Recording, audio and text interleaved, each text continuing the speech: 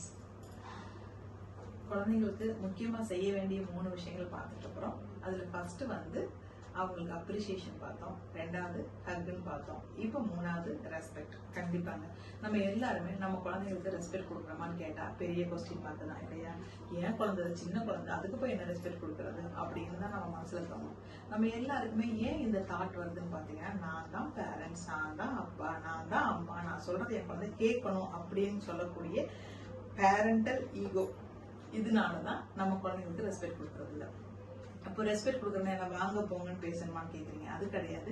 நம்ம குழந்தைங்களுக்கு நம்ம ரெஸ்பெக்ட் கொடுக்கறது அப்படின்னா ஆக்டிவ் லிசனிங் பண்ணாலே போதுங்க. நம்ம குழந்தைங்க அவங்க நம்ம சொல்றத ஆக்டிவா லிசன் பண்ணோம்னாலே அந்த குழந்தைங்களை நம்ம மதிக்கிறோம், அவங்களுக்கு ரெஸ்பெக்ட் கொடுக்குறோம் அப்படின்னு அவங்க மனசுல பதிவுகள் வரும். நம்மளை பார்த்து நம்ம செய்யற விஷயங்களை பார்த்து பார்த்து தான் அவங்களுடைய மனப்பதிவுகள் நடந்துகிட்டே இருக்கும். டே டு டே லைஃப்ல டெய்லி.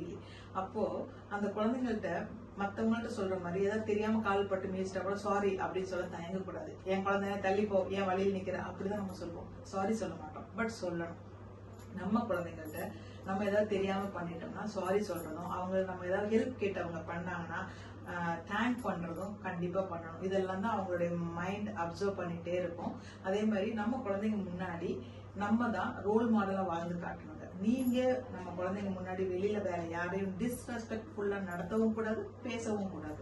ரொம்ப சர்வசாதாரணமா ஆக்ட்ரஸா இருக்கட்டும், நம்மளுடைய பொலிட்டீஷியன்ஸ் இவங்க எல்லாம் பார்த்தா அவன் வந்தான், இவன் வந்தா, அவன் நடிக்கிறா, இந்த மாதிரி நம்ம மரியாதை குறைவா நம்ம வீடுகள்ல பேசுறது வந்து ரொம்ப சர்வசாதாரணமா ஆயிடுச்சு நம்ம கல்ச்சர்ல. பட் அது பண்ணக்கூடாது. குழந்தைங்க முன்னாடி நம்மளோட வயசுல பெரியவங்களுக்கு நம்ம மரியாதை கொடுத்துதான் பேசணும் அப்படிங்கறத நம்ம பேசி காமிக்கணும் அவங்களுக்கு. Being a role model for your kids. Respect அப்படிங்கிறது கிவ் அண்ட் டேக் பாலிசி தான். ஈவன் நம்ம குழந்தைங்களா இருந்தாலுமே நம்ம கொடுத்தாதான் அவங்க நாளைக்கு நமக்கு தருவாங்க.